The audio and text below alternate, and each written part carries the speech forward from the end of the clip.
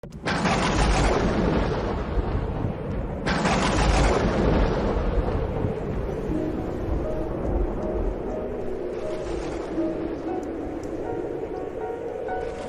Seigneur soit avec vous. Et avec votre esprit. Évangile de Jésus-Christ selon saint Matthieu. Gloire à toi, Seigneur.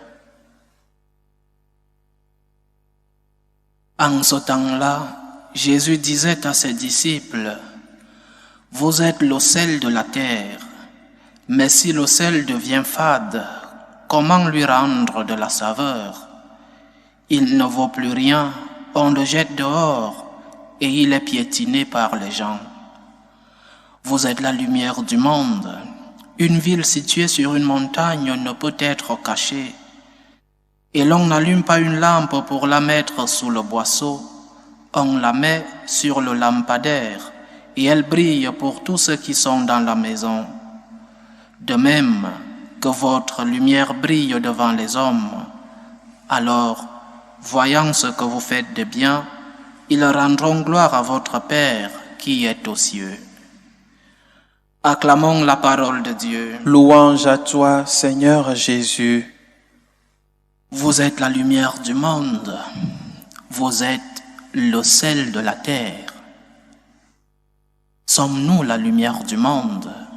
Ou du moins, sommes-nous la lumière autour de nous, dans notre petit monde? Dans notre famille, sommes-nous la lumière? Éclairons-nous ceux qui vivent autour de nous, ceux que nous rencontrons dans nos journées, quand ils nous voient, que disent-ils? Sommes-nous le sel de la terre? Donnons-nous de la saveur à ceux-là qui sont autour de nous, à ceux-là que nous rencontrons dans nos journées. Sommes-nous la lumière du monde? Sommes-nous le sel de la terre? Et le Seigneur, en parlant ainsi, ne fait pas une promesse. Le Seigneur ne dit pas, vous serez. Le Seigneur dit, vous êtes la lumière du monde.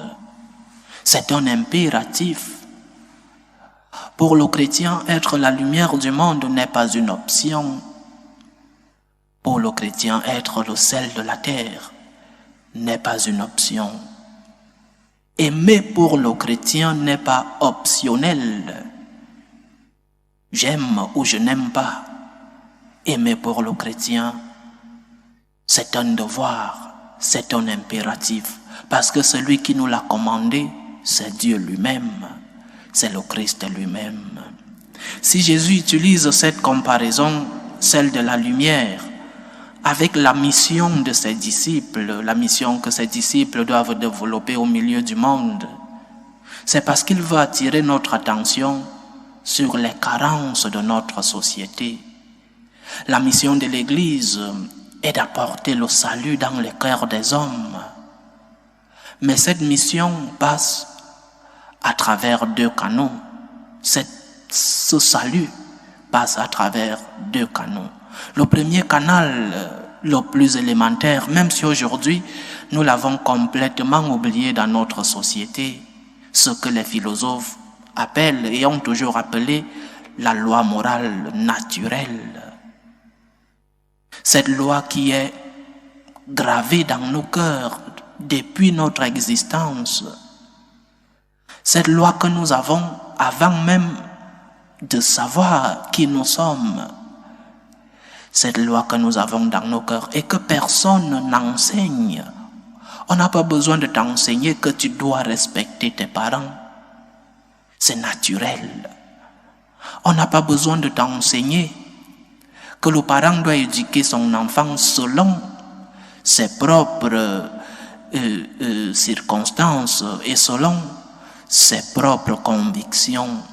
C'est inné, c'est naturel. On n'a pas besoin d'enseigner que parce que nous naissons hommes ou femmes, on n'a pas besoin de nous enseigner que le mariage c'est entre un homme et une femme. C'est de la loi naturelle. Une autre question est celle de voir d'essayer d'aider ceux-là qui sont nés hommes ou femmes et qui ne se sentent pas bien dans leur peau. Il faut aider ceux-là. Mais il ne faut pas leur dire, aujourd'hui tu te sens homme et demain sens-toi ce que tu veux. D'autres se sentent des animaux. Aujourd'hui tu te sens homme et demain tu te sens autre chose.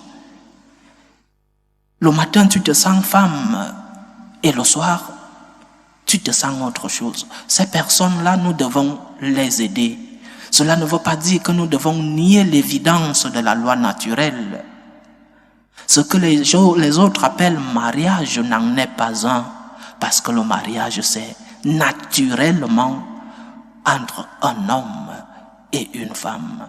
Et cette loi morale, c'est le canal le plus élémentaire dans notre processus vers le salut.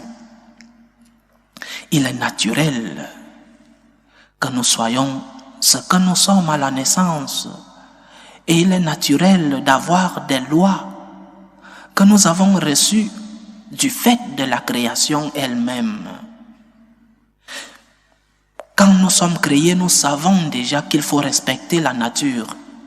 Il ne faut pas que les grands écologistes nous disent de respecter la nature, parce que la loi morale naturelle nous dit déjà que la nature, il faut la respecter. Ça, c'est d'une part. Nous devons être la lumière du monde, le sel de la terre, en luttant pour défendre cette loi naturelle. Oui, c'est peut-être surprenant aujourd'hui de rééduquer l'homme à reconnaître la loi naturelle. Nous sommes peut-être dans un monde où nous nous disons civilisés, mais où nous avons oublié les bases élémentaires de la vie, la loi naturelle. Nous sommes la lumière du monde aujourd'hui, le sel de la terre aujourd'hui, quand nous défendons ces lois-là, la loi naturelle. Et d'autre part, nous devons être au milieu des hommes, lumière et sel, en apportant aussi la lumière de la vérité révélée. Ce qui nous a été transmis dans l'Ancien et dans le Nouveau Testament, ce qui nous a été enseigné dans l'Église durant 20 siècles. Et nous devons vivre selon ces enseignements révélés pour être véritablement heureux, pour être véritablement libres. Le Seigneur nous a révélé des enseignements.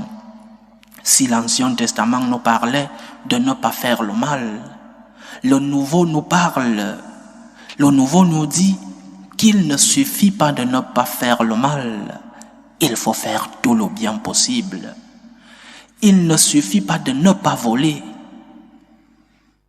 il faut donner l'aumône. Il ne suffit pas de ne pas faire le mal, parce que les 10 commandements de Moïse, c'est cela, ne fais pas, tu ne feras pas. Mais la loi de l'amour, la plénitude de la révélation vient nous dire, aime, fais le bien. Ce sont ces deux canaux qui nous amènent au salut. Et pour vivre, pour être la lumière du monde, aujourd'hui, nous devons suivre ces deux canaux, loi morale naturelle et la loi morale révélée. Donc, d'une part, évitons le mal. La loi morale naturelle, évitons le mal. Et d'autre part, faisons tout le bien possible. Tout le bien que nous avons entre nos mains, c'est de cette manière que nous serons la lumière du monde et le sel de la terre. Loué soit Jésus-Christ. À jamais.